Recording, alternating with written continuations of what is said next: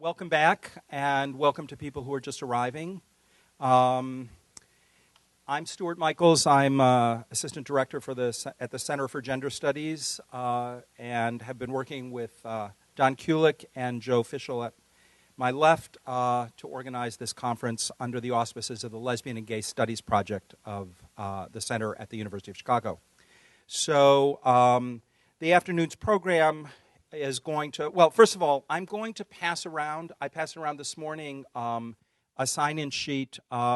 If we'd love to know how many people are here and how many different people. You don't have to put any information on here that you don't want, but if you could just put your name and anything else, if you put on an email, you might get an email follow-ups to this conference. We've had an incredibly exciting morning. Our idea was to have a conference that brought together people from a number of different disciplines and points of view to talk about our subject today, which is what's queer about sex offenders, or are sex offenders the new queers? I'll be introducing the first speaker. We'll have two speakers, and then we'll have the discussion afterwards, and we've asked the speakers to be very vigilant to hold themselves to no more than 25 minutes. So we're very excited to have Rose Corrigan as our first speaker. Rose is the Director of Women's Studies at Drexel University, where she has a joint appointment in the Earl Mack School of Law and the Department of History and Politics. She is a political scientist a political science scholar who focuses on women, public law, and American politics and policy.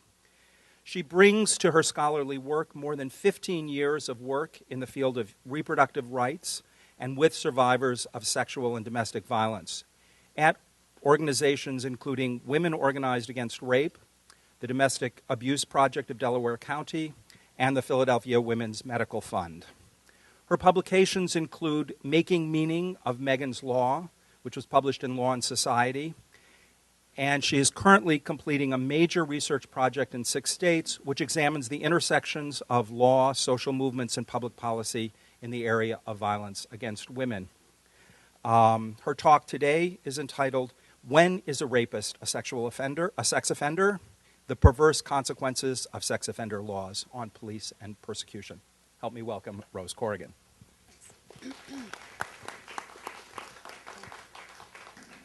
Thank you. So I not only have to hold a microphone, I also have to use a weird little clicker. So now we'll see if I can actually talk and click, if I'm capable of doing this. So bear with me. I know you spent the morning talking about sex offender laws, and so I'm not going to review a lot about sex offender laws. What I do want to talk about are, I think, just to recap some of the ways that it sounds like the discussion went this morning. So talking about what are some of the critiques of Megan's Law, that they're irrational, that they're overbroad, that they're hyper-punitive. And in many ways, I agree with many of these perspectives. I think they help illuminate some of the really problematic assumptions of Megan's Law, as well as some of the reasons why sex offender registration and community notification statutes fail to deal with the problem of sex offenders and with the problem more generally of sexual violence. And in the last 15 years, we've learned a lot about how these laws work in practice. And I'll call them variously: Megan's Law, SORCN, Sex Offender Registration, Community Notification. So we've learned a lot more about how these laws work in practice, thanks to the work of people like Professor Wright, who I know you heard from this morning. But most of the studies about the impact of things like Megan's Law most of the studies that look at the impact of Megan's Law focus on things like studies of rearrest and reoffense rates to determine sort of, are sex offender laws working? And what I'm trying to do in my research is to examine how sex offender laws may themselves affect rape reporting and prosecution. So trying to figure out who and why so very few rapists are in fact identified as sex offenders. So I'm taking a slightly different approach than some of the other perspectives that, again, I know you've heard from today, trying to understand the ways that that these Megan's Laws affect the way that law enforcement personnel respond to reports of sex offenses. And so there's a couple things that I think are places where we can see that there might be shifts in based on or as a result of sex offender laws. So one, do law enforcement personnel respond similarly to other kinds of laws that attempt to, say, limit police discretion and prosecutorial discretion about things like charging sentences and consequences of crimes? So, for example, we know that when legislatures enact mandatory minimums for things like guns or drugs or domestic violence, that we can expect to see those cases diverted, dismissed, and basically moved out of the criminal justice system. So that was part of my question is, are these laws going to have a similar effect to those? Two, we also know that those laws that impose things like mandatory minimums also change the way that defendants act within the criminal justice system. And so that law, for example, whether law enforcement don't want to label particular individuals as sex offenders, and that defenders themselves will not want to accept a plea bargain that subjects them to the extremely harsh penalties associated with things like sex offender laws.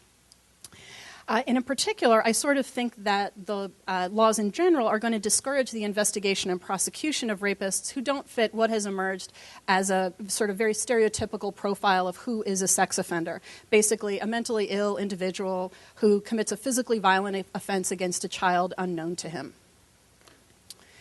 So, as I mentioned, so my study is, okay, good, things are moving. So my study looks at, I talk with rape care advocates, people who work in rape crisis centers in 6 different states around the country. Because my guess is that if we are going to see changes in the behavior of police and prosecutors, it's sort of easier to keep track of what happens to cases. But as we were talking a little bit about lunch, if police aren't taking reports or if they're changing the way they take reports, it's pretty hard to count something when that something is a nothing. Okay? So if, as I expect, police may not want to charge people with sex offenses, if they don't want to arrest people who are not stereotypical sex offenders, there's going to be no record of what's happening there. So what do we see when we talk about police responses to rape? Generally, I think we have to understand how sex offender laws work against the background of sort of depressing but normal rape case processing. And basically what I see in my work is pervasive, widespread culture of law enforcement resistance to taking rape seriously. So all the quotations that I'm going to use here are quotations from the advocates that I talk to around the country. So advocates report that police routinely engage in very problematic behavior, and this is in communities everywhere, rural and urban, liberal and conservative, doesn't matter.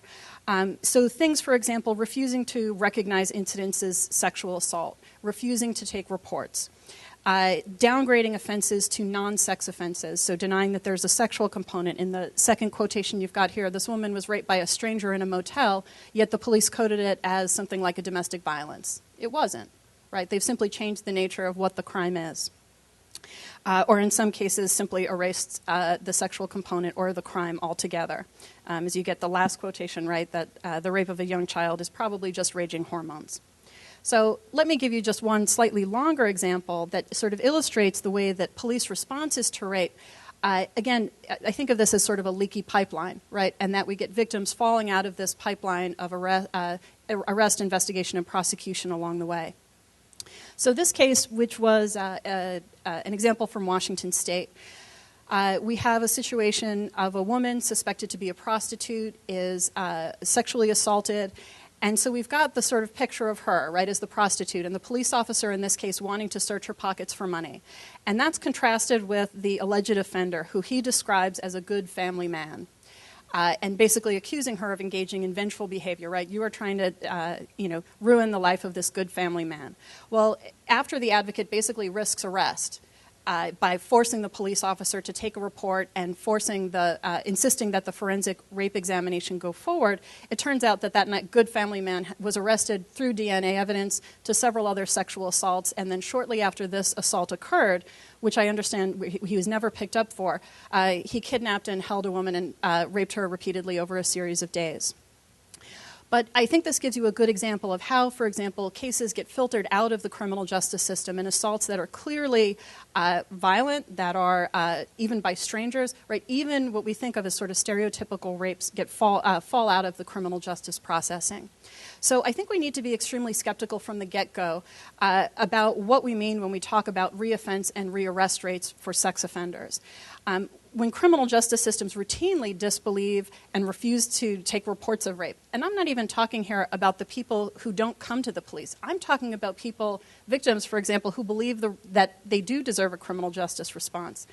Even in those cases, I think we have to acknowledge that reoffense and rearrest are not providing anything close to accurate information about who is committing sex offenses and at what sort of rates. Well, what about convictions, right? Maybe that's better. Maybe prosecutors do that. And the answer to that is, unfortunately, no, they don't. In many jurisdictions, prosecutors value their conviction rate more than the idea of sort of seeking justice. So a conviction rate, prosecutors get a conviction either by going to trial in front of a judge or a jury or by getting a plea bargain. Those all count towards the conviction rate. And so what routinely happens in prosecutors' offices is that, one, we know across the board plea bargaining is the way the cases get resolved. That's true of all crimes in pretty much every jurisdiction everywhere. But we do know that rape is often treated differently. And I think we see that in some of the kinds of decisions that we see prosecutors making here. So perceptions of victim credibility are absolutely essential to prosecutors deciding whether or not they want to pursue sex crimes charges against an individual. So because the conviction rate is the priority, prosecutors often dismiss, and they can dismiss cases without any, based solely on their discretion, without any oversight or accountability. Basically any complaints that involve some sort of difficulty. And if you put together all the different difficulties posed here, you can see that prosecutors can actually dismiss the vast majority of types of sexual assault. And as a result, there are jurisdictions that almost never file charges in sex crimes cases, much less ever go to trial. And I had people who had worked in the field for decades who had never seen a sexual assault trial in their jurisdiction. But there are some cases that are prosecuted, so what happens to those? And specifically, right, what's the impact of Megan's Law here on the decisions around prosecutors to handle these cases? So, like I said, I think it's important to know that background around how police and prosecutors respond to rape in order to think about what changes we might see coming out of sex offender laws. So based on the sort of patterns that I've seen, I am quite suspicious that criminal justice systems, law enforcement personnel really can and will vigorously pursue sexual assault cases, especially when many criminal justice personnel operate with an assumption that victims are lying, that defendants are wrongly accused, and that legislatively mandated penalties are disproportionate to the crimes being committed. And it turns out that, unfortunately, I was right about a lot of those.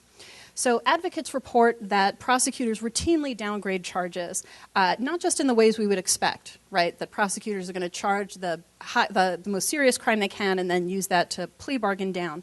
But what we see are convictions that bear absolutely no relation to the offense committed. Plea bargains that don't reflect in any way the seriousness of the original offense. So, for example, plea bargaining a sexual assault down to a place where it's a parking infraction. In the routinely pleading felony offenses down to misdemeanors. So, we know this about sort of plea bargaining, and yet I would say that often sort of scholars and policymakers refuse to sort of acknowledge that this is the typical way that sexual violence gets prosecuted. So when prosecutors have to make a lot of decisions about how to charge individuals. And I think that increasingly things like Megan's Law can influence the perceptions about whether, for example, penalties are proportionate to the crimes committed. So when law enforcement officials are already skeptical about sexual violence because of their own personal beliefs about rape or about rape victims, because of the particular characteristics, right, if the victim is one of those difficult or annoying sort of categories, that's a way to filter those sexual crimes out. And also concerns about whether the defendant is really a sexual predator. And what ends up happening is that very often rapists are not charged with or convicted of crimes that will make them eligible for sex offender registration. And I know you heard today a lot about the reach of laws, and what I'm saying is those laws are in many ways changing the ways prosecutors do their jobs, so they're increasingly going to reach fewer and fewer offenders. And again, I think it reinforces this idea. It encourages police and prosecutors to define sexual predators as these individuals who fit this very narrow and stereotypical profile, and was really the target of feminist action in the 1970s that said, no, this isn't what rape is. We need to broaden both our statutory definitions and the way we talk about and understand rape. And yet it sort of feels like we're going back to this idea where when it's a 40-ish trucker who's not known in the community, that's how we know they're a sexual predator. The nice 19 or 20-year-old guy, the high school athlete, the teacher, those people are pushed out of the category of sexual predators because I think prosecutors and police don't want to recognize that these individuals could in fact be serious sexual offenders. Another target of feminist criticism in the 1970s and of feminist rape law reform in the 70s was very harsh sentencing. And feminists really argued that because prosecutors, juries, and judges thought that penalties for rape, which included the death penalty, because the penalties for rape were considered disproportionate to the crimes, that no one wanted to convict. And so one of the things that feminists did in the 1970s was to introduce things like determinate sentencing and shorter sentences in an effort to bolster conviction rates. And for the most part, that worked. And yet, again, we're seeing a move here back to the sort of pre-feminist rape law reforms, where we have legislators piling penalty on top of penalty, increasing both the direct and the collateral offenses of a sex offense conviction, so that, one, defendants are much less likely, I think, to accept a plea bargain that subjects them to this sort of, to these very draconian penalties, which means that more rape cases are going to trial. And we know that when rape cases go to trial, defendants walk. That's unfortunately the way to go. So the two quotations that I've got here I want to say it was 2005, 2006, I think Washington State adopted an indeterminate sentencing scheme so that there was more discretion about how much time someone would get for a sex offense.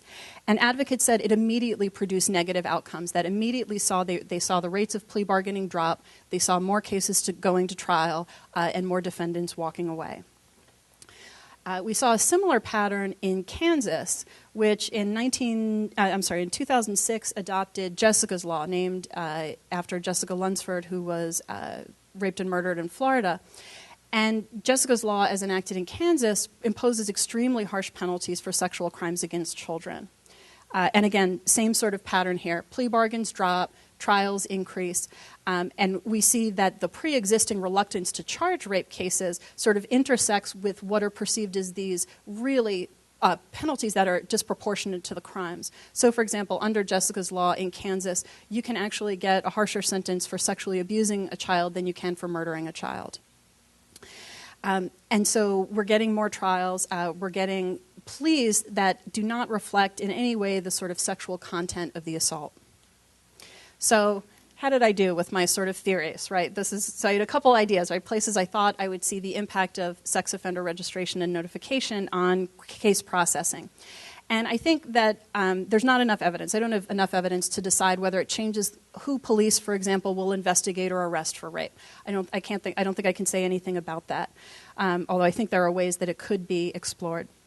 On the other hand, I think there's some really good evidence to support the idea and to support further research about whether Megan's Law changes patterns of prosecution and especially of plea bargaining. So let me get to my third point, which was, here we go. That another thing that I thought I would see is I thought prosecutors would engage in sort of diversion and dismissal so that non-stereotypical defendants wouldn't be subjected to Megan's Law. And I was wrong. And it's very interesting as a scholar when you're wrong because it forces you to think harder. So, right, and I have to admit, one of the reasons why I picked a state like Kansas was because I thought we would see prosecutors like not wanting to acknowledge that anyone who's not really, crazy or, a monster would be on the sex offender list. But nevertheless, as this woman told me in Kansas, she said they love all that stuff. And so I had to think why. Why is it that prosecutors who hate rape cases love sex offender registries? And this was quite a conundrum. And so I have some thoughts about why I think that is. And I think what I want to do is bifurcate sort of the analysis. On the one hand, when prosecutors routinely do prosecute rape cases, when they actually prioritize and put resources into the prosecution of rape on an everyday basis, I think very often they see Megan's Law as an added tool in the sort of fight against sexual assault.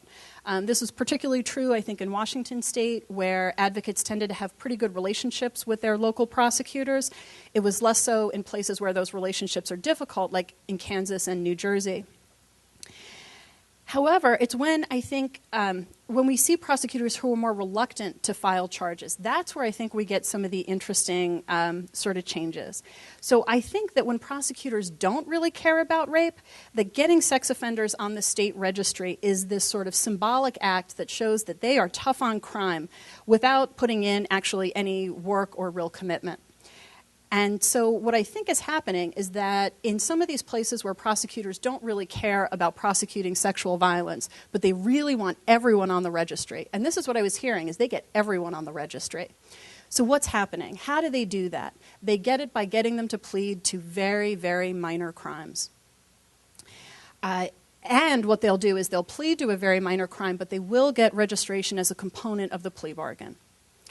And so So I think this is really basically sort of a sop to victims.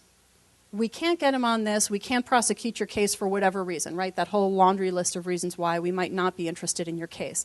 But what we can do is we'll get him for a misdemeanor, but we'll make him register.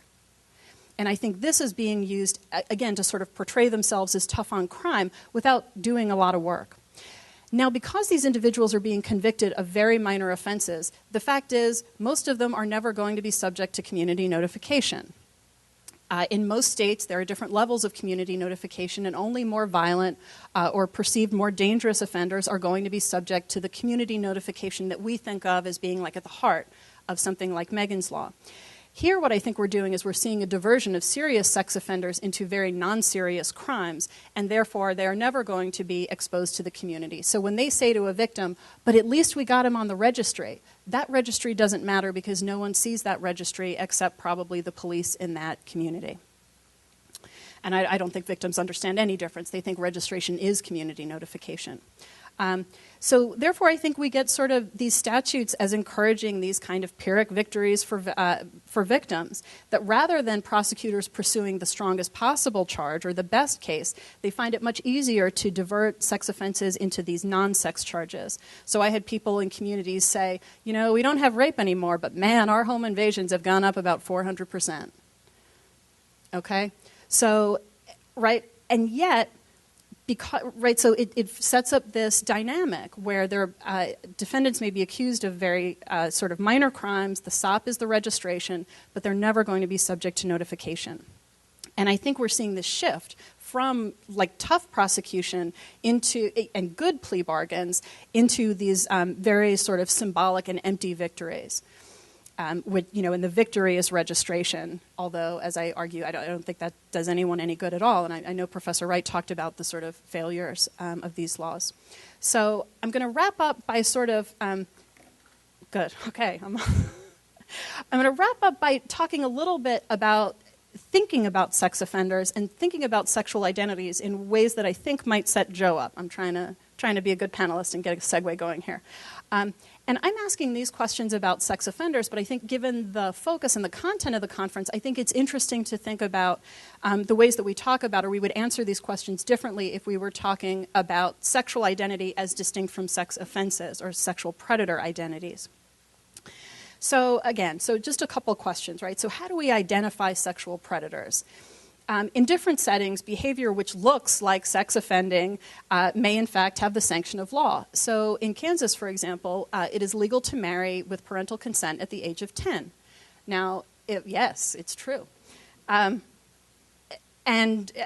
So if you are an adult male and you are having sex with your 11-year-old wife, right? If you're having sex with an 11-year-old, in most states you're going to have a problem. But in Kansas, if you're married to her, you're not a sex offender. Okay. So thinking about, who is it? What are the behaviors that that identify who is a sexual predator, and what's the role of law in exempting some people and prosecuting and persecuting others?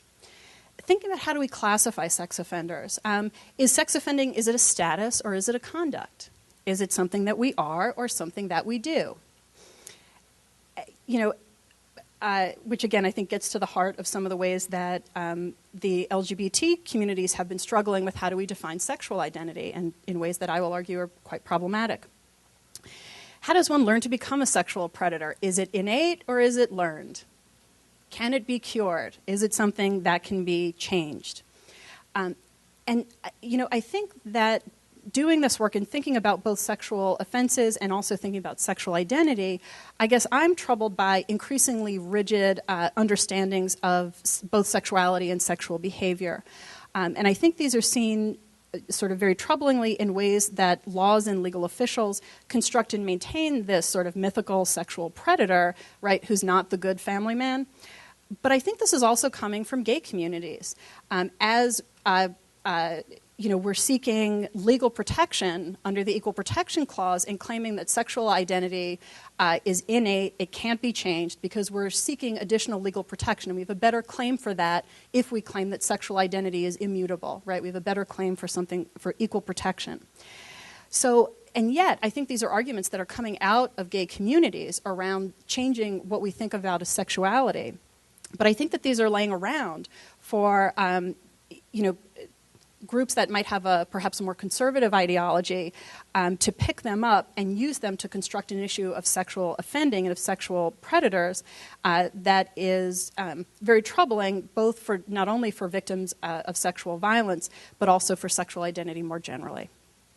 So Joe is a PhD candidate in political science at the University of Chicago and the Hormel Fellow this year at in Lesbian and Gay Studies at the Center for Gender Studies at the university. I also have to take a moment to give credit where credit is due. Joe is really the impetus, and I would say the brains and the brawn behind this conference. Don and I maybe get some seniority here, but I think Joe has done more than anybody else to make this both a conference it is and to make it happen. His innovative and audacious dissertation work on the question of harm and consent, which focuses on sex offenders and queers, among others, is what got us excited about doing a whole conference devoted to this topic. So I think Joe is among many young queer scholars who are really taking on bravely the difficult, really cutting-edge questions of scholarship and social, political debate. So Joe began working on topics at the intersection of political science and progressive queer politics as an undergraduate, and he's continued to pursue this work as a graduate student for the last 5 years at Chicago. His work at the intersection of law, political science, and queer politics has already resulted in 2 articles. Material related to his talk today will be appearing, or has already appeared, in a month or so in the Duke Journal of Gender Law and Policy. And the work on his master's degree has appeared in the Yale Journal of Law and Feminism in an article entitled Per Se or Power, Age, and Sexual Consent. Yeah, someone else said it was not my master's, and it's coming out in a few months, okay. But whatever. Good. But that's quite impressive, as I think many people in this room know, for someone who hasn't even finished his dissertation to be getting publications in eminent journals like this. Joe's talk today is entitled The Dignity of Homosexuals and the Danger of Sex Offenders.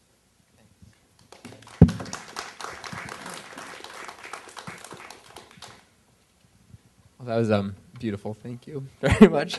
I'm kind of humbled. It's actually my submitting journals articles to law journals is my way to procrastinate during my dissertation, so that's why they're happening. First, I just want to say thank you to the Center on Halsted, to the Center for Gender Studies, and to fellow organizers, Don and Stuart, and to Rose and the other speakers today. So thank you all, and thank you all for being here. So I'm going to attempt to do three things here. The first is to begin to answer the question, what's queer about sex offenders, or are sex offenders the new queers? Like a good academic, my answer is going to be NA. Second, I want to bridge some of the insights from this morning to Rose's talk now, because I think that those insights do pull in somewhat opposite directions. I'll probably not really succeed because my third plan is to be brief, so I'm going to get started. Oh, one more throat-clearing thing. As now you all know, I'm one of the organizers of the conference, and now I have the privilege of participating as a graduate student of political science and gender studies, interested in law, sex, harm, and consent. And so my comments about sex offender laws, the way they organize the national scene of sexual violence and freedom, and my thoughts about the problems and possibilities of LGBT politics, which come later, only reflect my opinion. Okay. So summer 2003 was a pretty awesome moment for gay people. In that season, the Supreme Court in Lawrence v. Texas declared existing state sodomy laws unconstitutional, despite what some saw as the containing, assimilationist, or even just poorly written or mystifying language of Lawrence, I think right hand, and despite the fact that sodomy laws were mostly repealed and hardly ever enforced, Lawrence was a moment of recognition from on high, from the state and from the most storied aristocratic body of the state, the Supreme Court, that our lives and sex practices were valid, dignified, and constitutionally protected from criminal sanction. I was in D.C. at the time of the ruling, a congressional intern making no money, living on an air mattress with my ex-boyfriend in someone's living room. This isn't really related, but a day after the ruling, my boyfriend and I went down to the Supreme Court and had a tourist take a picture of us simulating anal sex. We were dressed. But the point is that we felt irreverent and victorious. But as I discovered later, in that same court session, things did not go as well for John Doe, and Jane Doe, 3 sex offenders in the life of one, respectively, and pseudonymously. The Does challenged the constitutionality of sex offender registration and notification laws, as we heard Richard talk about this morning, arguing, one, that the laws constituted a form of punishment when they were retroactively applied to people who already did their time, and that, 2, without an individual assessment of risk, they violated due process protections of the 14th Amendment. In 2 separate opinions, the court ruled that registration and notification do not constitute a form of punishment and do not violate due process protections, even without individualized risk assessment. I'm not interested so much in whether the court was wrong in some objective jurisprudential sense in their interpretation of ex post facto protections and 14th Amendment guarantees of the Constitution. Rather, I want to posit 3 claims that begin to materialize when reading Lawrence alongside or like a grid superimposed on the sex offender cases, which are Smith v. Doe and Connecticut Department of Public Safety v. Doe. Am I just talking too fast? Are you guys with me? Okay. So in order to refute the claims made by the John Does, the court rhetorically treats sex offenders the way it once, in 1986, treated homosexuals. 1, with flawed history and stretched facts. 2, by collapsing particular sex acts, conduct, into status, into unredeemable truths of individuals. And 3, by miniaturizing the liberty claims of the petitioners. That third one I'm not really going to talk about. The second claim I want to make, the court goes through all these hoops because of both a judicial and national misunderstanding of sexual harm and sexual freedom that imagines all harm and dangerousness to be embodied in individual, pathological, bad persons, and as a corollary, imagines that all sex between legally consenting adults, now idealized, at least by the court, in the homosexual, right, the consenting adult par excellence, that all that sex is good, free, harmless, and therefore insulated from state regulation. Finally, and maybe most importantly, LGBT communities and political organizations have pretty serious incentives to adopt and promote the picture painted by the court. Gays, precisely because they are good, domesticated, consenting adults, as someone earlier here today was discussing, I think you were, are the opposite, right? Or allegedly the opposite of a sex offender. And we can purchase political credibility and social acceptance by juxtaposing ourselves against those people. I want to argue that gay people in queer politics should resist this logic, that they should instead, and then I think we have a responsibility to adopt a more sympathetic, more coalitional relation to the treatment of sex offenders by the state and by national media, and also a more sympathetic coalitional relation to the problem and perseverance of sexual violence and injustice. On this mapping, gay marriage, for example, is one agenda item on a larger list rather than constitutive of the entire list. So I'll get going with these claims. In 1986, in the infamous Bowers v. Hardwick, the court ruled that sodomy laws are perfectly constitutional because since the dawn of time, the public has disliked weird sex and has disliked homosexuals. And that was grounds enough to maintain the constitutionality of laws. And I'm speaking in polemic broad strokes, so just roll with me. Indeed, the court evokes a trans-historical Judeo-Christian aversion to homosexuality to insist that these laws are reasonable and therefore permissible. In 2003, 17 years later, Justice Kennedy and the Lawrence Court take the Bowers Court to school. There is no long-standing eternal American approbation of weird sex or homosexuals, this court says. Judaism and Christianity have a lot of things to say about homosexuality, and condemnation is just one of those things. Sodomy laws targeting homosexuals are recent, and most sodomy laws have been repealed, contravening the sweeping story of a nationally sanctioned consensus homophobia. Also, citing scholars of gay and lesbian history, as many of you probably know, the court suggests that because the idea of the homosexual, the idea of a person defined by the gender of their desired object choice, is only 100 or so years old, it is nonsensical to talk about collective, long-standing disapproval of homosexuality before there were homosexuals. Okay, so that same Justice Kennedy, along with Rehnquist, in another opinion, careful and critical, abandons any such nuance in his ruling just a few months earlier on sex offender registration and notification laws. Here the question is not bad history, but bad social science. The central organizing reason for why these laws are not considered a form of punishment is because they are meant to be regulatory, not punitive, and intended to maintain public safety. Citing prior cases in government studies, Kennedy claims that sex offenses are, quote, a serious threat to the nation, that recidivism rates of sex offenders are, quote, frightening and high. That's case number one, Smith v. Doe. The central organizing reason for why sex offenders are not entitled to individualized risk assessment before their names are put online, and Rose might disagree with me, although I think the Adam Walsh Act the net is wider. We can just argue later. Is because the laws, the reason why you don't need individualized risk assessment is because the laws are specific to sex offenders as a class. Their dangerous doesn't need to be gauged because, as the court insists, this class is already legally designated as dangerous, as high recidivists. The problem with Kennedy's and Rehnquist's rulings is that the social scientific fact of recidivism is just social. Evidence of sex offender recidivism from the 1980s into the present is complicated and quite contested, but generally national, state, and university studies, including the studies they cite, or that they miscite, suggest that if anything, sex offenders have some of the lowest recidivism rates among criminals.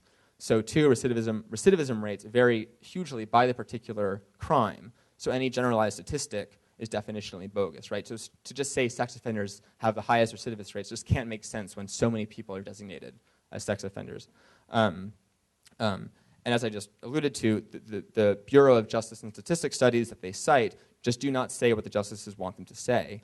Violent sex offenders were less likely to be, quote, on probation or parole prior to prison admission. Rapists were less likely to be rearrested for violent felonies than most other convictions that involved violence.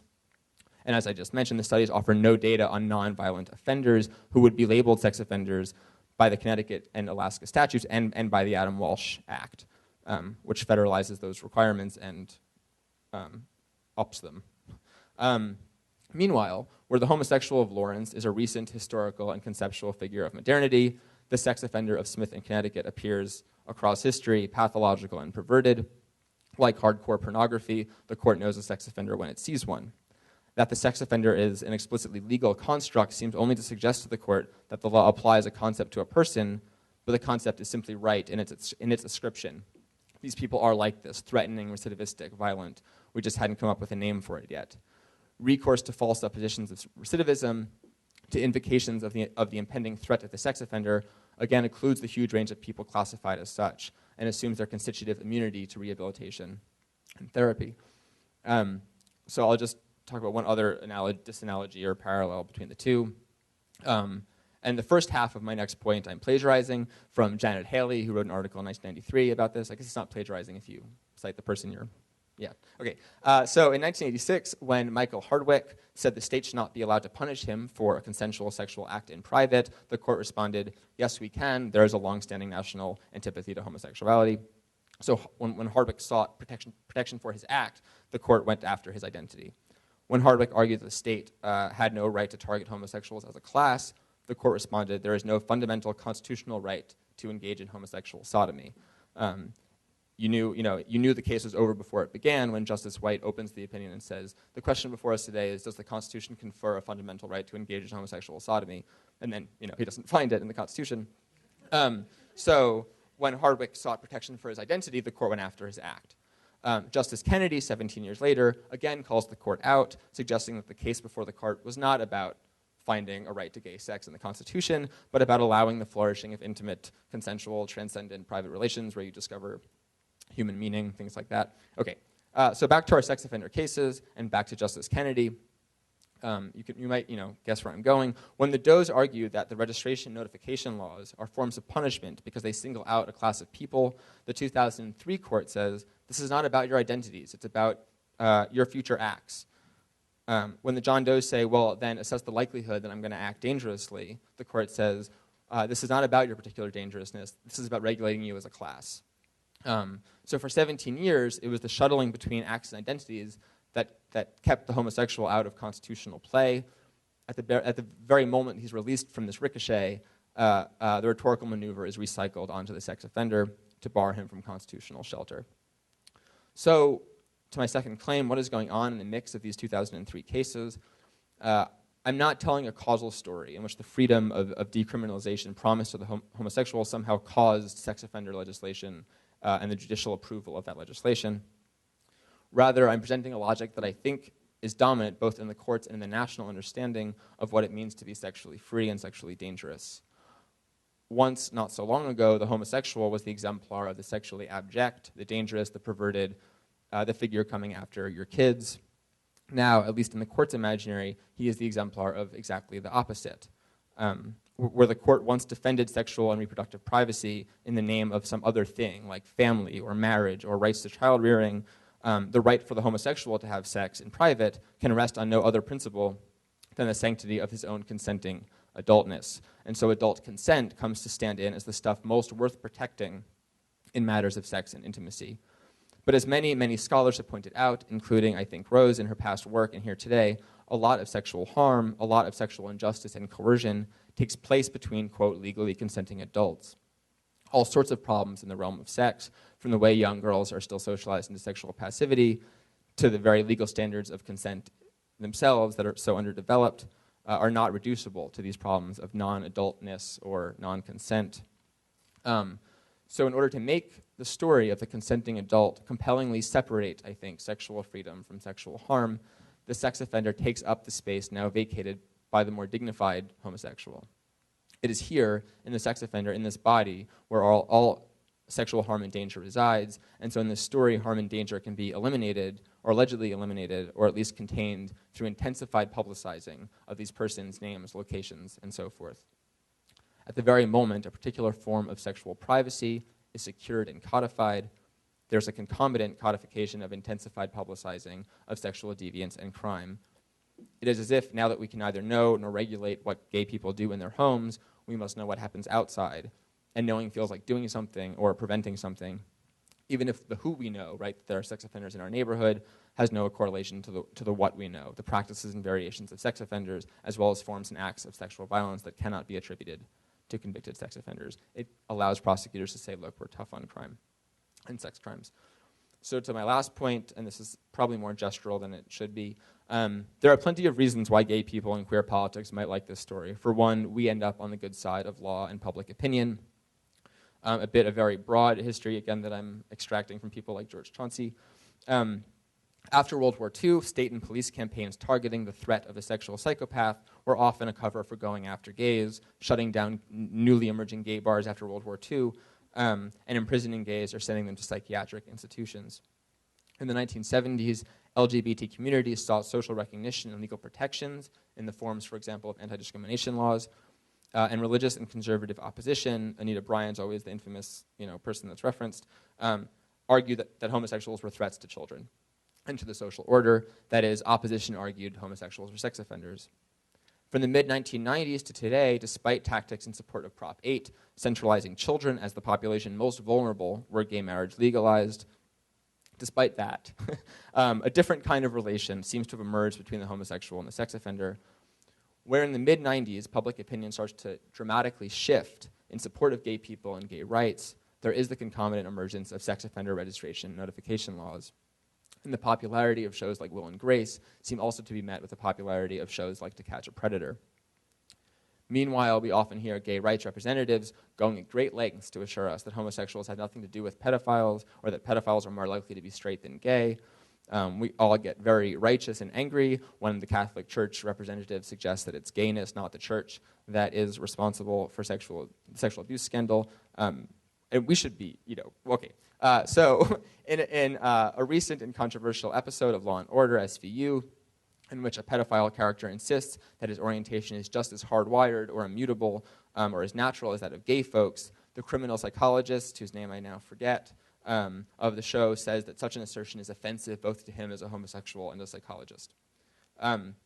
So, concluding, I want to suggest that we, and for now, the we that I mean is people in queer communities doing queer political work, can believe sexual violence is wrong, can work towards ending it, and can and should think that its perpetrators have acted unjustly. But this need not mean we must demonize legally designated sex offenders or even priests convicted of sexual abuse to leverage our own respectability or to make us look more like the marrying types. LGBT communities have a long history of state-sponsored stigma and criminalization, and we are thus not unfamiliar with unfair and excessive state regulation in the arena of sex and sexuality. This should lead us to have political sympathy for and coalitional interest with those people whose lives and whose families' lives are permanently disorganized or dismantled by the state. Insofar as LGBT desire for social and statutory recognition in the form of marriage rights presupposes some belief in sexual justice, it should be an LGBT issue and not just a feminist issue, if we want to hold on to those distinctions, that these laws do not stop sexual violence, that they skew our understanding of its perpetrators, and that they leave underprotected and unsupported most victims. So, are sex offenders the new queers? I think actually this is the wrong question. It was just a hook to get you here. It mires us in the possibility that most freaks gay people out. If our argument is that we can't help who we are, what distinguishes us from the hardwired pedophile? But what I'm insisting is that our political affinity need not be born from some mythic idea in a genetic or congenital unchangeable sexuality. Rather, what queers and sex offenders share is not a perverse, statistically atypical sexual orientation, but a history of political maltreatment and misrecognition. The difference, of course, is often, although not always, the question of consent. And we can agree that consent matters, that it is a good starting point to delineate between good sex and bad, legal sex and criminal, without, on the one hand, assuming that consent tells us the whole story of sexual ethics, and on the other, relegating anyone who commits non-consensual sex acts to a constitutional or social wasteland. And on that happy note, I'm done. Thanks.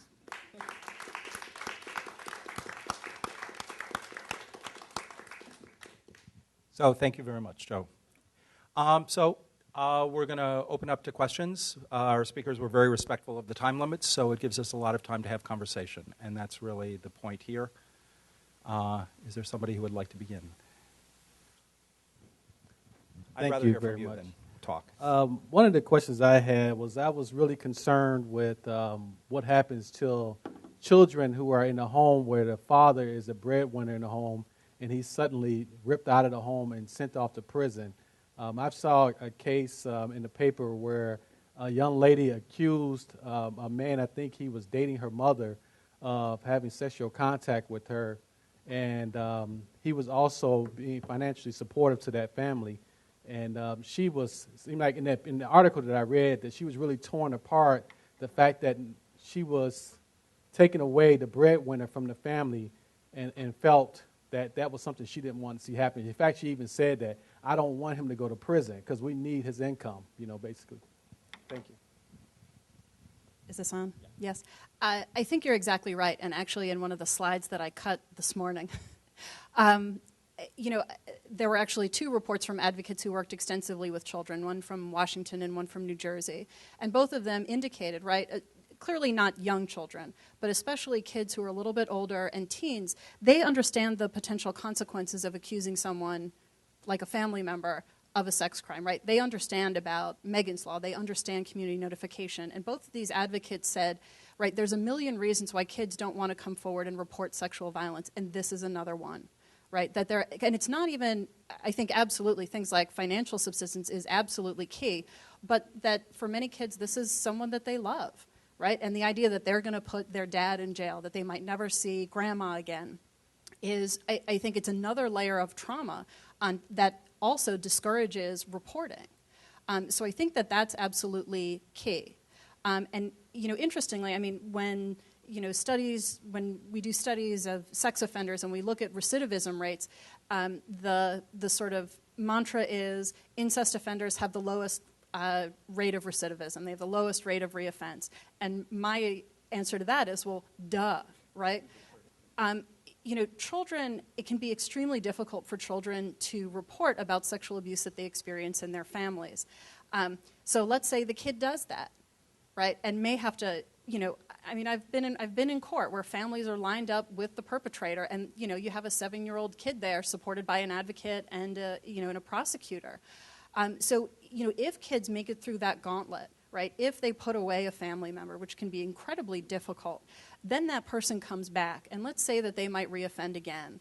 And do you think that there would be pressure on those kids not to report? Don't you think everything in the system is going to try to protect those offenders for the reasons around that families are concerned about, will they be able to put food on the table, for the issues around support and love and encouragement? And I think it's very deeply problematic, and I think it's really, really tough on kids to put the sort of responsibility for what are the consequences. And I think that we will see lower rates of reporting, especially in incest offenders. And actually the way that a number of the community notification scales are set up, things like who do you offend against is one of the central assessments of your dangerousness. And because incest offenders have a low recidivism rate, incest offenders are found to be the least dangerous sex offenders. Right, so it's this cycle where the definition then creates, it sort of can hide the offenses. So I think you're absolutely right, and I won't be surprised if those rates of incest reoffense continue to go down and down and down. Hey, just two quick comments that I don't. Well, okay. The first is I absolutely agree, right? And so the important distinction is that convicted sex offenders have a really low rate. So it's not that people who commit sex offenses have a low recidivism rate. It's that people who are convicted of it have a lower rate than other violent crimes. But that's exactly the problem of the laws. So that when a sex crime is committed and you look online and you look for the stranger person who's there, and you don't look at the father or stepfather because it's not online, because those people don't, because the daughters and stepdaughters don't report those crimes. That's a problem. Or because when they do report them, those are low-risk offenders who are not subject to broad community notification. There's often exemptions. Exactly. Yeah. Right. And then a totally different tack is that, and I think Lori Joe kind of got to this morning. It's also another coalitional angle is that sex offenders are also prisoners. In the same way that we know all of this, have gone to prison, and in the same way we know that. When you go to prison, it's impossible to get a job after, and your families are destroyed, and your kids are more likely to go, whatever. And I think all of those things still apply. A place I didn't go, is various books that try to account for, what is it after civil rights laws that explains racial inequality. Well, one of them is the fact that the boom of the prison system, and the fact that so many black men and young black men end up in prison, and that creates no jobs and this sort of cycle where you can't get out of the prison system. And I think that is a point of contact that people who are concerned about sex offenders and sexual violence should pursue, which I think Lori Joe and other people do. Is it okay if I respond to that? Sure. Since I wasn't here this morning, I'm sorry, I don't know exactly how we're supposed to do this.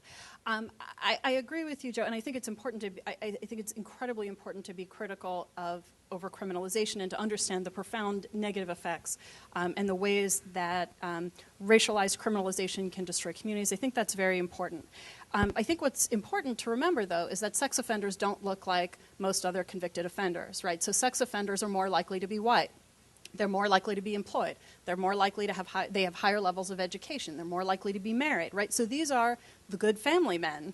And again, I'm using gendered language here because the vast majority of assaults are men against women and girls. I recognize that it's more complex, and I don't mean to be disrespectful of that. But so, I think what happens is that sex offender laws also show us who do we care about. Right? What victims do we care about? And I think very clearly the victims that we tend to care about as victims of sexual violence are white girls and often white women. And so for me, the issue that's important here, I think it's very important to recognize the pervasive and pernicious effects of overcriminalization, for example, on black men and boys.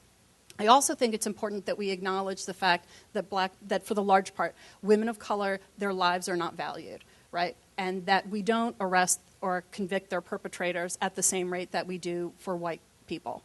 And so I think it's important, right, that we be critical of overcriminalization, but that we are also very critical of saying whose lives do we let sort of be, do we sort of let slide? And I think it's as important to protect victims of violence as it is to be critical around how do we construct those victims. But I think when we talk about the racialization of criminal justice practices, we have to say we have to honor and respect and protect the lives of women of color and not just talk about men. And this is the rule of law. This is like a cornerstone of civil society, is that you have the right to be protected by law. And I think in many of our communities, we find it very easy to slough off and to not take seriously allegations of sexual violence when they come from women of color, when they come from women who are sex workers, who are homeless, who have mental health problems, that whole litany of issues. And to me, that I think is a profoundly important part that needs to be part of the discussion around criminal justice responses to sexual violence. So I'd like to take questions from the floor and then we can continue the debate. So do you want to grab this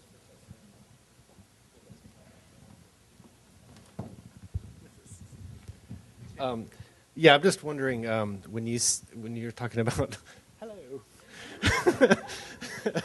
The criminal justice solutions, are you thinking in terms of restorative justice kinds of models where it's not about putting people away? I'm just wondering, like, if there are going to be more prosecutions, and if that's like sort of our goal, like let's prosecute more people, or let's at least put them under, put them in the regime of justice in some way. Like, what kind of solution is that? Yeah, I don't mean to give the impression that I think endless prosecution is a good goal, or again, I'm very critical of the ways that these sex offender laws, the way that they arise, who they're used against, and for what particular purposes. However, I do think again that law enforcement should be available to protect the lives of people who are being harmed. So, man, I would settle for like police taking reports. I would settle for violent sex offenders being prosecuted, right, and not being plea bargained down to a parking infraction or a home invasion or a burglary. I think we need to be smarter around what prosecution looks like, and I think that is a very difficult process because it would require us to clarify our values as a community, right, as perhaps in our local communities, right, most of our criminal justice laws are at a state level. So whether that's in a state, whether it's a national discussion, because I think that, on the one hand, everyone talks about, sex offenders are evil, they're monsters, they're demons. But then when it's my brother, or when it's my son, or when it's my father, suddenly they've got to, hey, there's something else happening here. So I think we have this very, sort of totally polarized perspective. And on the one hand, we want sex offenses to be so monstrous that we can lock them up and put them away forever. And on the other hand, we want to make excuses when they're perpetrators that we care about, right? So, and I don't think anyone wants to have a particularly complex discussion about sexual violence. I don't think we want to have discussions about consent and how difficult consent is. What does consent mean in a society when, women and girls are raised to find their value, that they value themselves through others, that you should give up everything, for this person you love, when we have incredibly high rates of domestic violence. So, I think that the conversations are very difficult to have. And I think we could be a lot smarter about what prosecution looks like. And again, I think that was the move that feminists tried to make in the 1970s was, okay, let's assess the seriousness. Let's have, right, it's not just felony rape. There's not just one category anymore. There's all these different statutes, and we can do a pretty fine grading or matching sort of an offense to a crime. And we can have a sentence that's fairly proportionate to that. But instead, I think we see law enforcement resources being endlessly diverted into, again, these symbolic victories. Look at us, we're so tough on crime. Look at us, we're so tough on drugs. Well, we're really tough on drugs, and yet we're the largest drug-using nation in the world, right? So I think that there's a good amount of hypocrisy and of just lack of willingness to have nuanced discussions when it comes to criminal justice policy all around. So I'm sorry, it's not I didn't lay out a scheme for you there, but...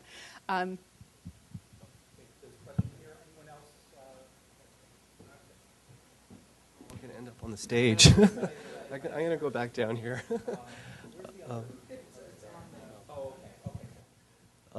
Thanks to both of you for wonderful presentations, Rose and Joel. There's so much going on in my mind, it's hard to formulate a question. But what I wanted to focus on, and maybe either one of you or both can pick up on this, is how in an era of the war on terror and the securitization of the nation, how the pursuit of sex offender laws and the rise of the pedophile folk devil is also a method of securitization of various smaller local relations that we might want to consider. Some of them being, for example, and I saw this emerge on my research in Canadian law with the passage of Tackling Violent Crime Bill in 2008 in Canada, and that is the I think, securitization of hegemonic relations, parental relations, and authority within the family.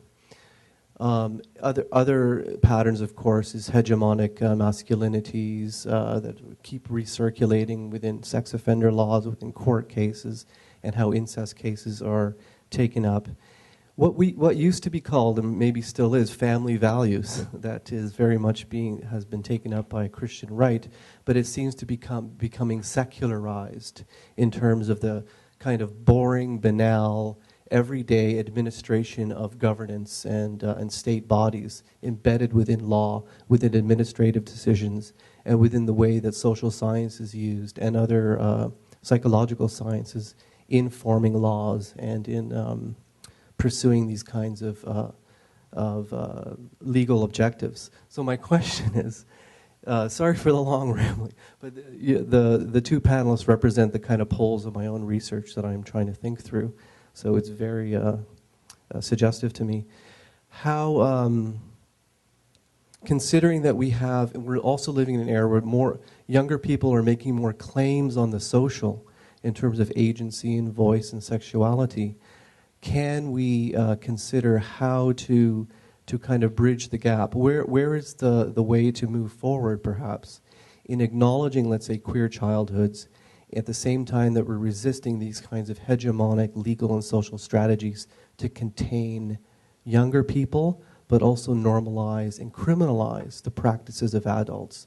In the famous quote by Foucault, sexuality will increasingly become criminalized in many more relations, not just in the ones we usually consider in terms of rape, which is falling out of the picture, as you so well put, Rose. Do you mind if I go first? Okay.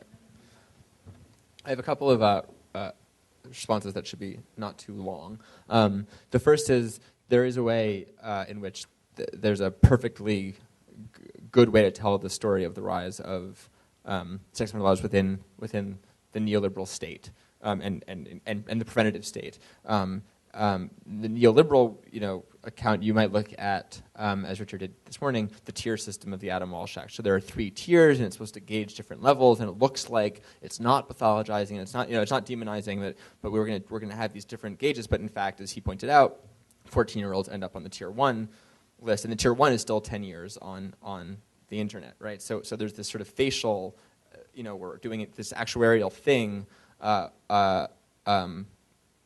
But it's still problematic. That's one kind of thought. An interesting question I have that I don't have an answer to is, so it's To Catch a Predator, and when people go online, but then in fact it's police or proxies of the police who get these predators online. The crime is like enticement of a minor. Except what's interesting is that there is no minor, right? So this person goes to jail, but there was never a child in this scene. And that's what a lot of critics say. But at the same time, like, mens rea is always part of the law. Like, you do, if someone attempts to kill someone and doesn't get the job done, you still think that person acted badly and perhaps criminally. So what do you do with? I don't know what I think of that. There's some easy way in which you say, well, there's no child, and we've all gone run amok, and there's this panic. But at the same time, the law does punish people for their thoughts and for their intentions, and maybe that's not always bad. Okay, these will be quicker answers. My last one is I think, like Rose, I want to resists the presumption that the state is bad or the law is bad. So what Janet Halley calls governance feminism, where, and she criticizes feminists returning to the law for anti-discrimination purposes or hate crime legislation or things like that, because then we're getting the state involved and it's more and more security, and sexuality will become increasingly, securitized. And I think that the question is not, no, all law is bad law, but thinking about how to do this better.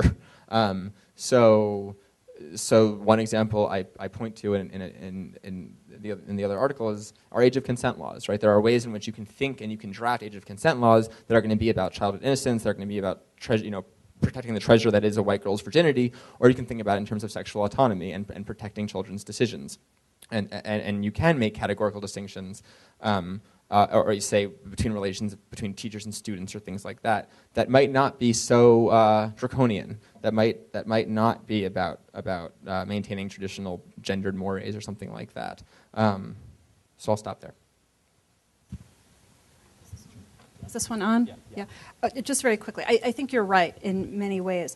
Although my argument is a little bit, there's the law on the books and then there's the law in action, right? So even as the laws on the books become ever more draconian, the penalties higher, the consequences more severe, even as that sort of image of the fist tightens, what I think that does is it is a way to marginalize or eclipse the vast majority of, say, sexual violence that does occur.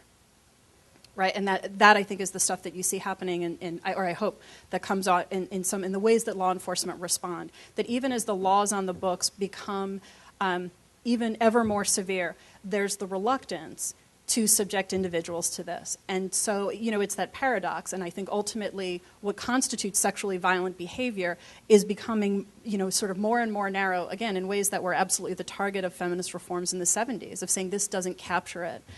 So I think it's tough, and I agree with your point, but I would say it's not just the law in the books, it's also what's happening in our communities.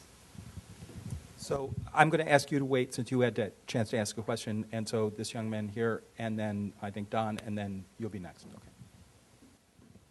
Okay. I want to return a little bit to a discussion of race, and it seems to me, and many have argued this, that the concomitant abject of Lawrence is also in many ways not only queer people of color, but also people who, for a variety of reasons, do not already did not have access to the kind of citizenship rights that Lawrence then, kind of extends to normalized, queers in Kennedy's particular evaluation of, certain relationship practices.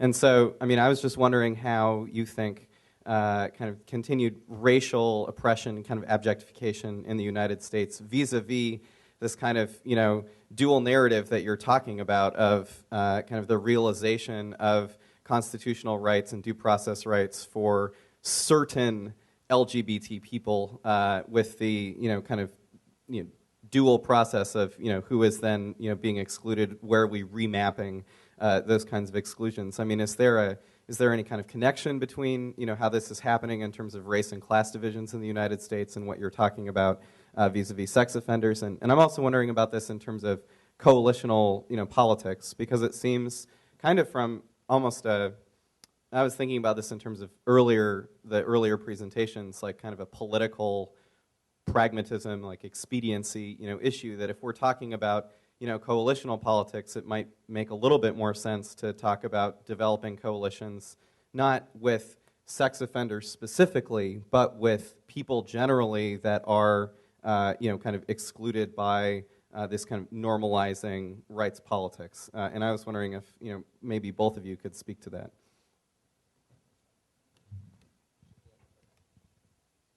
Oh, right, it's on. Hi. Okay.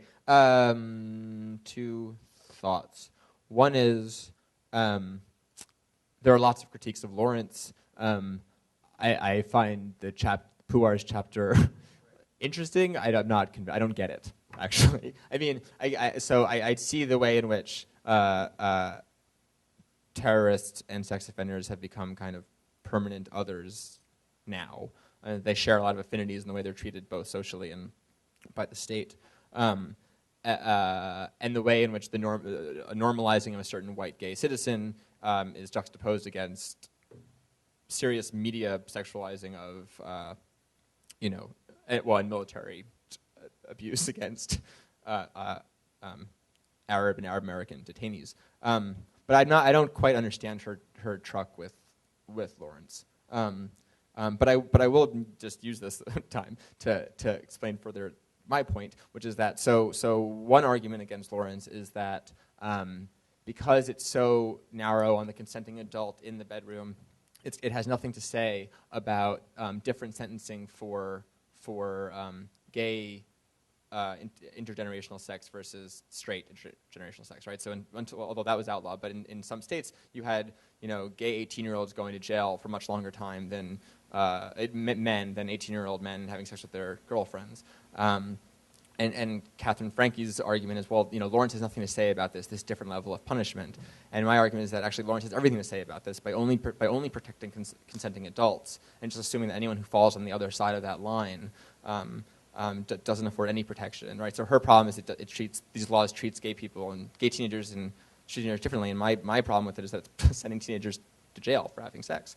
And I think Lawrence authorizes that kind of thinking about sex. And I do agree with you that I think strategic essentialism is like a foregone conclusion sometimes. It's people just sort of put it out there. It's like, oh, we have to do this now because. And I think you're right. I think it doesn't need to be just sex offenders and queer people or prison reform. I think that a focus on acts and political relations to the state is much more productive than what might be called ontological politics or something. And I don't think it has to be that hard. I don't think there's a reason why the HRC can't support public health care. Like that, they just could.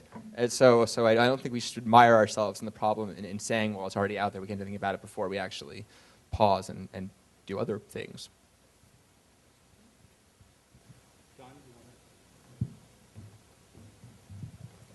I have a question for Rose. Rose, when you were talking about the fact that the laws have become so harsh that prosecutors are more unwilling to prosecute, I reflected on the fact that that's very similar to the anti-trafficking laws that have been passed in the United States.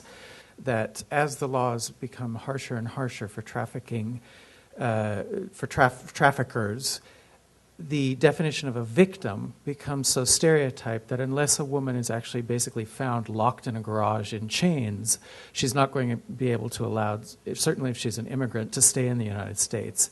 And in fact, since the Trafficking Victims Act was passed, I think it's something ridiculous, like 14 or 40 women have been allowed to stay in the United States and tens of thousands have been deported. So I just wonder if you see any kind of connection there, but more than that, I'd like to hear I love the fact that you are so focused or want to ask us to focus on the role of feminism in this, and so I really want to ask you, both in the feminist role to get things like the trafficking on the agenda, which has not been, all that positive in many senses, partly for these reasons, and in the feminist desires, or some feminist desires, in terms of sex offense and rape. What can you nuance it? Because I'm getting a sense that there was this sort of feminist drive, and it was to, in a sense, reduce the penalties for rape, which I'm not recognizing from some of the feminists that I read from the 1980s, like the McKinnas and Dworkins of this world. I don't think that was their goal. So I'm just really wondering about if you could just nuance it and like that. Okay, Stuart, you're going to have to keep me on track here because I can go on about this.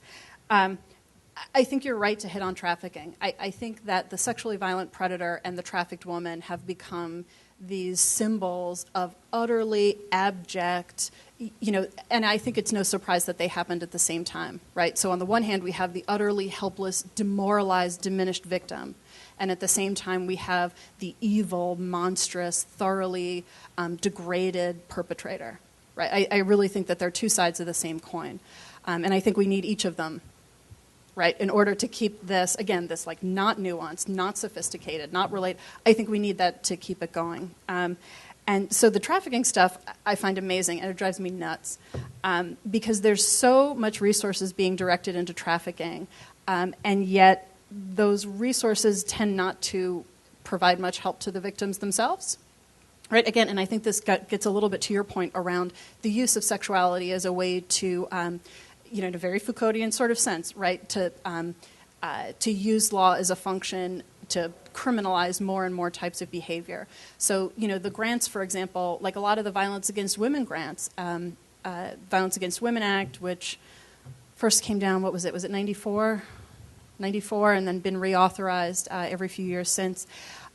Most of that support goes to law enforcement, right? So it's not necessarily going to victim advocates. I talk to advocates who can barely keep their lights on, right? I talk to advocates who work 60, 70 hours a week, no overtime, because they believe in the mission, right? They don't have any money. The police are out there, well-funded sometimes, right? So, right, it's like, well, who's the priority here, right? Where is, because, right, follow the money in a sense.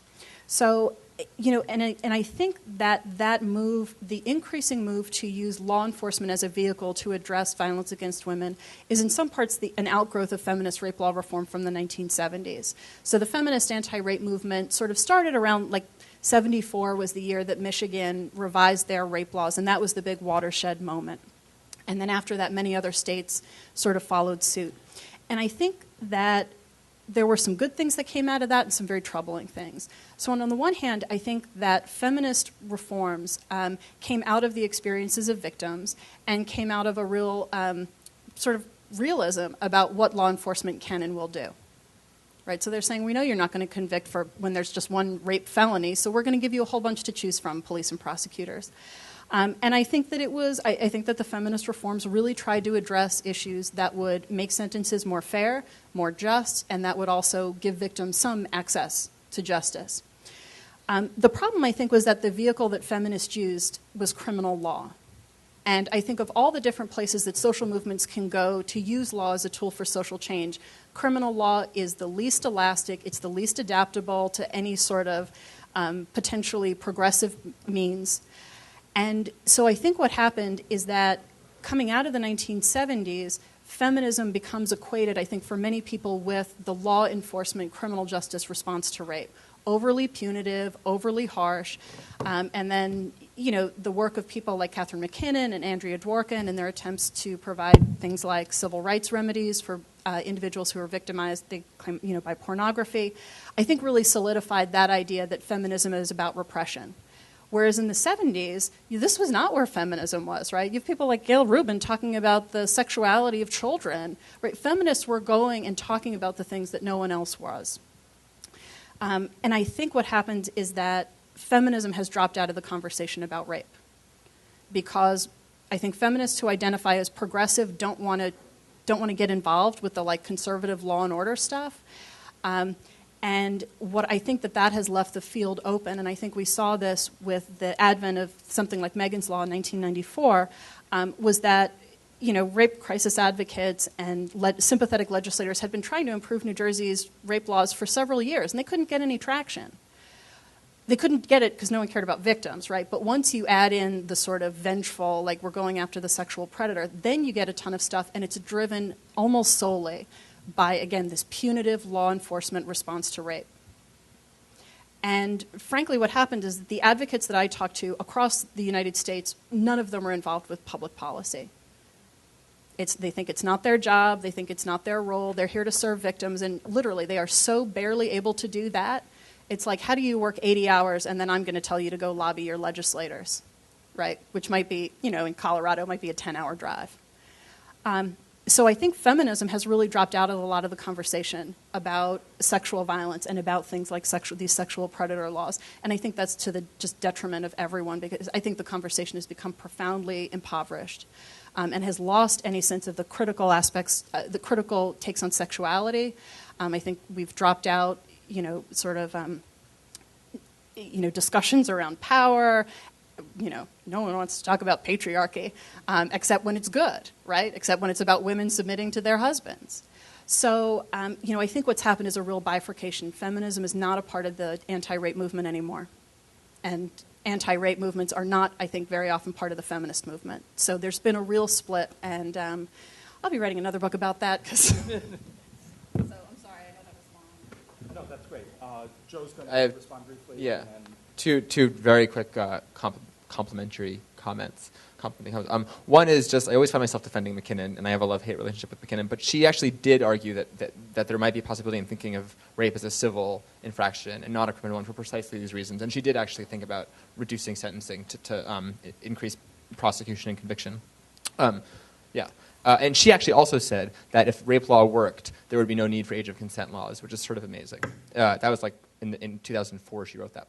And I would just say that I would put less. I'm not even sure if you're putting blame, but I would say that the model for increased penalties for sex offenses and might come more from mandatory minimums, truth in sentencing, and 3 strikes laws that were a consequence of racial anxieties and not from feminist reforms in the 70s. So Which I don't think. Well, I just wanted to add that my name is David Johnson, and I'm a registered sex offender. And I spent 3 years in prison and been on the registry for about 4 years. And you had spoke about African Americans, that typically this was a white person's crime. But I've actually seen, looking at the Chicago map, that a lot of African American males are being convicted of these sex crimes. And if you look at the registry online, you'll see that the greatest density of sex offenders live in the poorest communities in Chicago, like Inglewood and Roseland. In Beverly and Mount Greenwood, you don't see that many sex offenders as you do in the other areas. The other thing, too, I just want you could speak briefly on what is it that sex offenders and the family and supporters of them could possibly do to change this, to get justice. And, one thing is that we always thought that the judicial system will help protect us as citizens from legislators. But now we see that the judicial system, even though they can see that it's unconstitutional, they are voted by the public, and so they are very concerned with how they vote when they are on the bench. So I just wonder if you could be brief on about what we could possibly do so I guess at some point to get people to become indifferent about these type of crimes so that we can get some justice and balance and be able to be reintegrated into society. Thank you. Thanks for that comment. And I do. So let me temper something that I said. I believe that convictions for sex offenses are marked by many of the same racialized practices as many other forms of law. But again, I think that when we talk about convicted sex offenders, right, we do see these large-scale. Like when we look at the national statistics, we see that there are demographic differences. So that's where my argument is around like sex offenders overwhelmingly are white. Disproportionately are white compared to the rest of the prison population. But I think exactly what you're talking about, right? If you go and if you look at that map, and I look at a lot of sex offender lists, look at Florida. Florida's fascinating. So where are the sex offenders, right? Who are the individuals who are identified as sex offenders? And this process of usually what's called tiering or leveling, where most of the states assign sex offenders upon their release to one of these 3 tiers, is largely a result of this sort of hyper-rational, like in New Jersey, they call it the Registrant Risk Assessment Scale. And it's this grid, and you go through and you give people points for different things. So like I said, incest offenders, it goes from it's 0, 1, or 3 points. And then you check off what's their risk, and then you give them a score. And based on their score is whether they fall in whether they're leveled most dangerous, sort of moderate, or low dangerousness.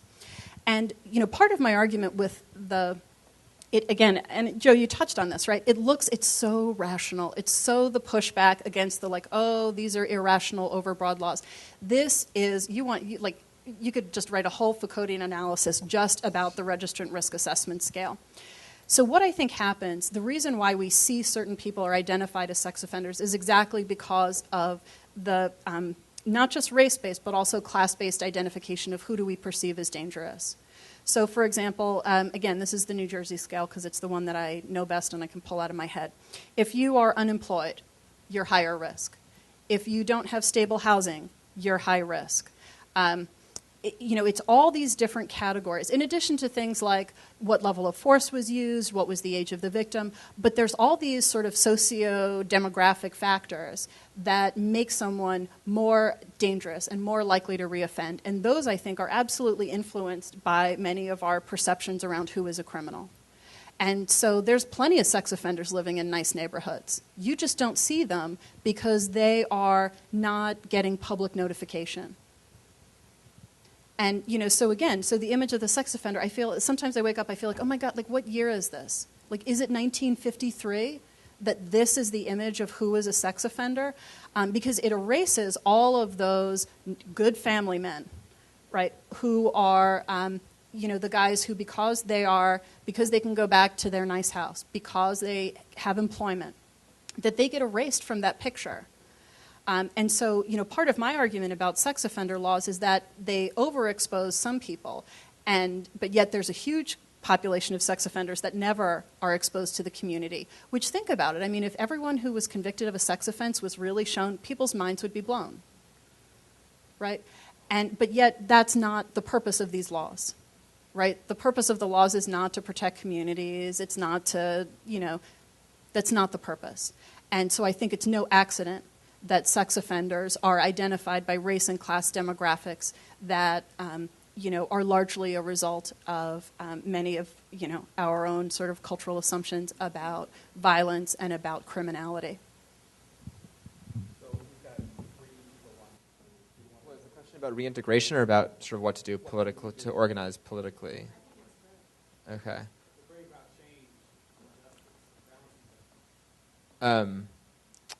This is a fear of mine organizing a conference like this, is that I'm not sure is one answer. The second is talk to Lori Jo. The third is I think people need to get pissed about these laws and do need to organize about them and say that they're not good. They're not good for anybody. They're not good for victims or for offenders. And figure out ways that you can say that publicly and not be afraid, and then you can still articulate that you think certain acts are wrong, so I don't know how that translates legislatively or formally. I'm a little skeptical, and this might piss people off. One of my problems is that the whole story is Gothic, right? Either sex offenders are evil or monsters, or the law is terrible and so is the state, and it's like, whoa. So my fear, the focus, the sympathetic focus is now juvenile sex offenders. I think it's right that there's a focus that we don't want to send 14-year-olds, 15-year-olds to jail and then have them online. My fear is that the intense focus on this as the state going overboard is that it assumes that everyone else really does deserve notification, registration notification, and jail sentences that are 10 or 15 years. So I think we have to be careful when we articulate why these laws are problematic, why they don't work, and think about other ways of both promoting sexual autonomy and stopping sexual violence, not to be seduced by a logic that says certain people are okay, sympathetic, made a mistake, and certain people are monstrosities and evil.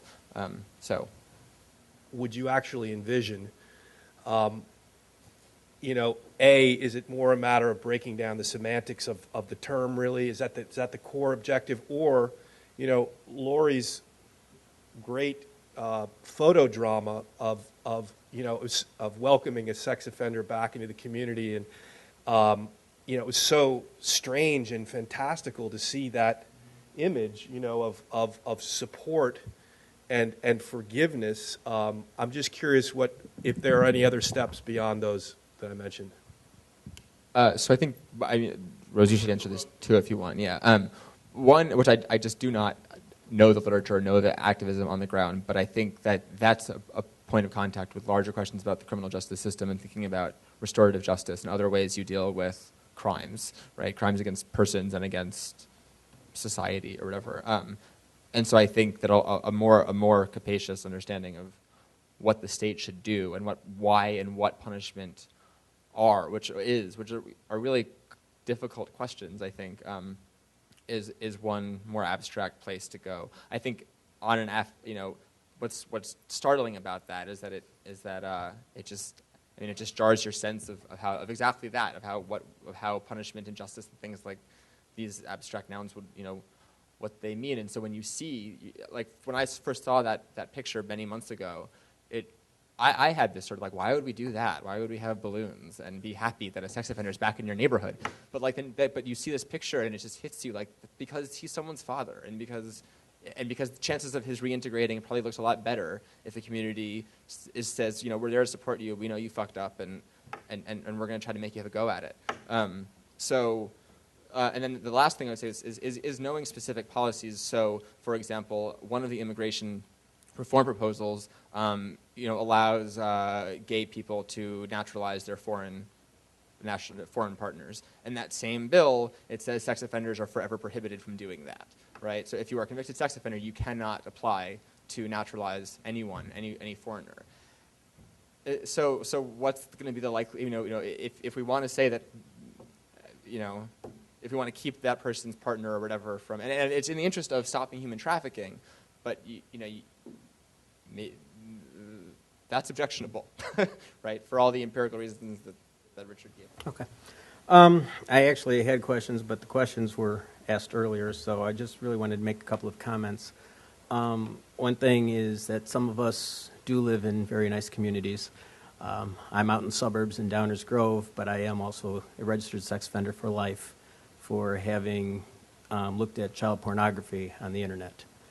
In Illinois, someone who looks at pictures on the internet is worst of the worst. We are sexual predators for looking at pictures. I'm also a newspaper reporter, and this kind of does go towards the gay community. When gays started to get more acceptance, I seem to remember the phrase loud and proud. Am I remembering correctly that there was something about that? Maybe not. I may be remembering this wrong, but I thought that I do remember that. But to me, this is something that we need to do as well. And I was kind of thrust into that position when a competing newspaper publicized my arrest and said, hey, this guy works for the other newspaper, ha, ha, ha. But what it did is, because I had already been working for the paper for several years, is suddenly all of these aldermen, mayors, police chiefs that I worked with on a daily basis were suddenly confronted with the fact that, oh my God, this newspaper reporter is a sex offender, but he seems just like me. And it was really a wake-up call for a lot of people. And I just wish that we could draw more of us out and let people know that deal with us on a daily basis. I just feel like saying it all the time when I'm in a conversation where I meet somebody in a store and I check out and I just want to say at the end of the conversation, and by the way, I'm a registered sex offender. And just let them know that we really are like other people, and we really are just trying to live and trying to atone for our mistakes, but to move forward. And I don't know, maybe that's something that we need to look into more as a way towards getting the laws changed, towards getting people to understand. Like I said, I had questions, but Dave got them, so it was more just a comment at this point.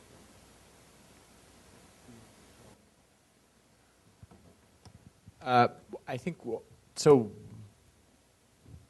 one, I guess, political inspiration of this conference and of the things that I'm interested in is that, and this is paternalistic, but I always sort of thought that queer should do this because registered sex offenders can't, because to put yourself out there and to say, I'm an RSO, is probably really terrifying, and probably only a very select few people can do that, right? And whereas there is, you can say I'm gay, and not, and people kind of say, so what? So it depends. Yeah, I shouldn't. Yeah, that's true. Yeah, and I think that the question, I think that good liberals, that consent is the line that we now have, and I think that that's what makes it hard. And so I think that is a major impediment to politicizing from other people. And it seems to me that organic, right, from sex offenders themselves is this problem of payback or whatever, right? Whatever the word would be, vigilantism. So So thank you for your comment, I guess is what I'm saying. Yeah. Oh, about the, I don't know if you can hear me. There, I'm terrible at, I can write really well, but I can't talk. About the sexual predator thing, my boyfriend is also a registered sex offender for downloading child pornography, but he was in high school when he did it and arrested when he was 18 years old, and now will register for life and as a sexual predator.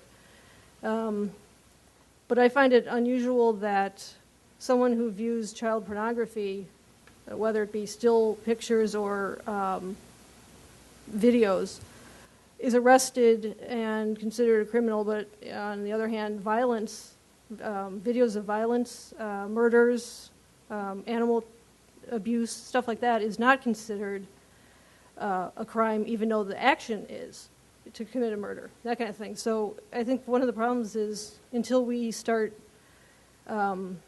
looking at murders and things like that as being worse for society than sex, it's never going to change.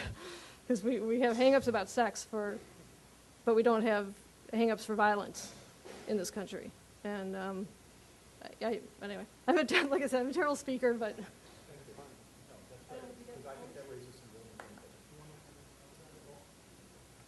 I guess I don't know. I don't have a response in this, but it raises a question for me, and I hope this is a little bit in the direction that you're going, because one of the questions I've had in the back of my mind, and I think that makes this discussion very difficult, is the sort of grammars and images that we're working with when we're talking about these things, and the things that are getting mixed together at all under. And you guys are more the experts about how the law works, and I'm not sure I completely understand it.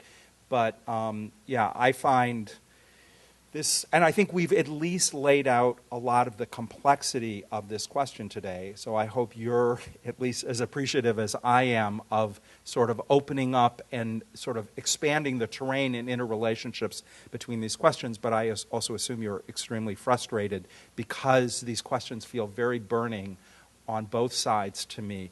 I guess what I'm sort of hearing, and my immediate reaction as a gay man who kind of learned to be gay through porn is that the criminalization of porn is just like seems really I don't get it, because the porn I looked at, and I've always looked at, didn't enter into, at least in obvious surface ways, certain forms of abuse, exploitation, inequality, hierarchy. So, I've struggled with these issues teaching gender studies and sexuality studies. So I think this is one of the places where I think the confrontation between sort of feminism and queer stuff comes back in a new way. So I don't know if you might have some more to say about how we can do both the things which I think we all want to do here, which is to actually stop harm and abuse, and at the same time not to be adding to victimization of some of the same people we're concerned about, but also then creating new kinds of monsters who we can then victimize. I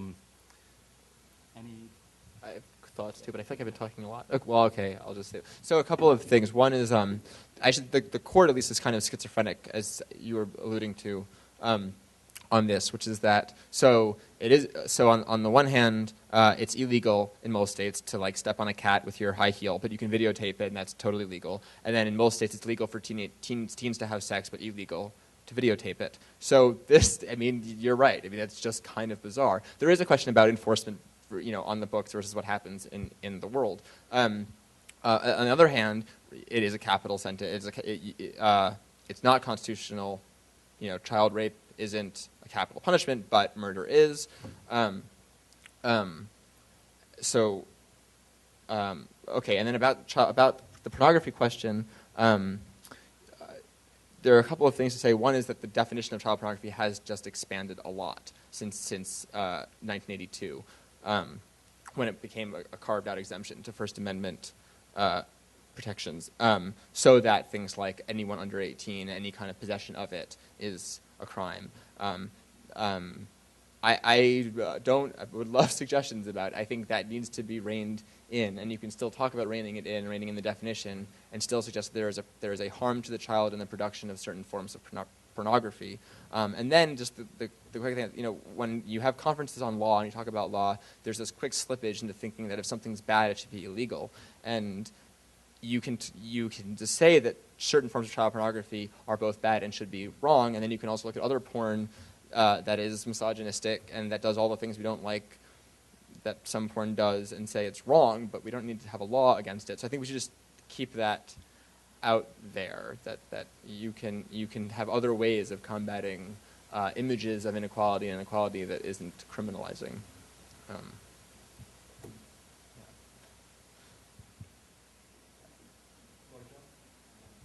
And that'll be, we're actually a little bit time, so we'll take, can you be brief? Oh, yes. Yeah, great. Well, I think, I'm sorry, I just wish we had more time, because there's so many different things, and I keep changing my mind about which question to ask. And maybe I'll just ask some questions, and I can interrogate Rose later and learn everything she knows. But one question I had was about this issue of incest survivors, or not incest survivors, but incest recidivism. Because, people who are advocating for reform of SO laws really, at least speaking for myself and everyone I know, we really try to understand the statistics and not misrepresent them. And the place that I've gotten the most information about this issue of incest survivors is from treatment providers, is from ASA, and these people treat victims of sexual abuse and sexual violence as well as treating sexual abusers. And their claim is very strongly and emphatically at hearings and everywhere that I've seen them speak that like everything, the recidivism of people that are never convicted or prosecuted, arrested, is just really a big unknown factor. There's a huge iceberg of crime. This is the tip of an iceberg situation. There's all these crimes that never even make it to the books whatsoever, and that's something we haven't really addressed at all. But that's kind of a huge thing. But what they say is when somebody has been, after their first conviction of incest or after they're first called out on it, they claim that treatment is incredibly successful for these people. Intervention, family unification is just is something that people. I don't know. They're so emphatic about that I'm just surprised to hear you say that and want to know a little more about it. I do understand the real complications of dealing with data, and everything you said is totally true about it's so intuitive that people aren't going to report this stuff. But they seem very emphatic about that issue anyway, and they're not emphatic about other types of offenders for other crimes. And then I just wanted to throw in one other question, which is,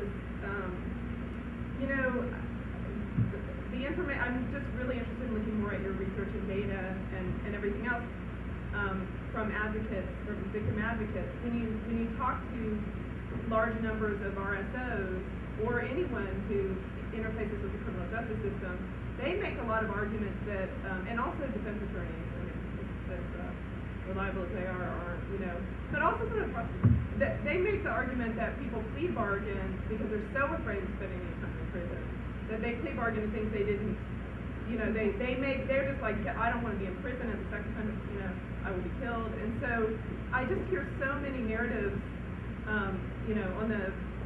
not that there's another side, not that victims and, offenders have to be on opposite sides of this, but I just hear such unified voice about, and my own experience bears this out too, that there's just no doubt that prosecutors, if prosecutors are really concerned about winning convictions, that also makes them somewhat unreliable for defendants as well as for victims. You can't really have both sides of that coin. The other thing is Kansas, on their website, they actually do have this stuff about sex offender laws. The prosecutors kind of having problems with some of the sex offender laws and restrictions. I don't know if maybe that's changed in the last few years, but they did seem critical of that at the time. All right. So in terms of trying to assess recidivism among a group, particularly among incest offenders. So one, we know we have terrible problems. Oh, where did you go, Laura Jo? Oh, I'm sorry. It's so hard to see you with the lights anyway. Okay. So one, we know that we have problems trying to assess recidivism anyway. Okay. It's just hard. I think that there is this sort of that incest offenders are often segmented off. They're not like other offenders. And, you know, I mean, I'm not a psychologist. I'm not a psychiatrist. I'm not quite sure where I fall on that, because when I look at some of the ways that they talk about, well, what are incest offenders, you know, the argument is that incest offenders are less likely to use violence, right? So these are sort of nonviolent offenses. That there's right that bond means that the parent wouldn't really harm the child, that this is bad and illegal. You know, and I mean, I guess I'm so skeptical of the way that incest is portrayed as this sort of like fuzzy, you know, like, oh, it's really not that bad. I mean, you have a child who is completely helpless and totally dependent upon this, you know, a parent for subsistence, for food and water. And when you look at, for example, parental victimization of children, right, this is another whole conversation. We don't want to talk about child abuse. You know, parents are overwhelmingly the most likely candidate to kill their child. 25% of parental assaults against their children involved what the Bureau of Justice Statistics defined as significant injuries to children. So, and yet I don't see that in the psychological literature about incest offenders. So I think that I have real problems and real suspicions about the way that incest offenders are sort of segmented off. They're not like the other ones. We have to treat them differently. And we treat them, right? So I would say that people who treat sex offenders have somewhat of a vested interest in portraying their methods as successful. Call me a cynic, I don't know, you know. But I think, right, part of what's happened is with the explosive growth of sexual predator laws has been also explosive growth in treatment for sexual offenders, both in terms of rehabilitation and treatment programs in prisons, as well as supervision on the outside, right, once they're released. So, and I think very often people have an interest in portraying their solutions as efficacious because they want those funding streams to keep coming. So I'm a little bit suspicious about who is saying what works and why, right? What their own interest might be in portraying this.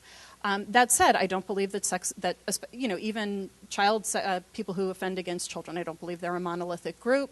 I've seen evidence that does suggest that some of them are amenable to treatment. I'm not sure it's an incest division. So that's sort of my first. I'm a little skeptical about the assumptions people are bringing in about incest, and it's very hard to study because, right, that we've mandated reporting for child abuse. And so it's very hard to get numbers about reports of sexual abuse that don't go to the police, because once someone finds out about that, you have to report it. And so people who, for example, study recidivism, you can't rely on sex offenders to be truthful about their offenses. You can't rely on victim reports to give an accurate count of what offenses may have been committed. So it's just really hard to study.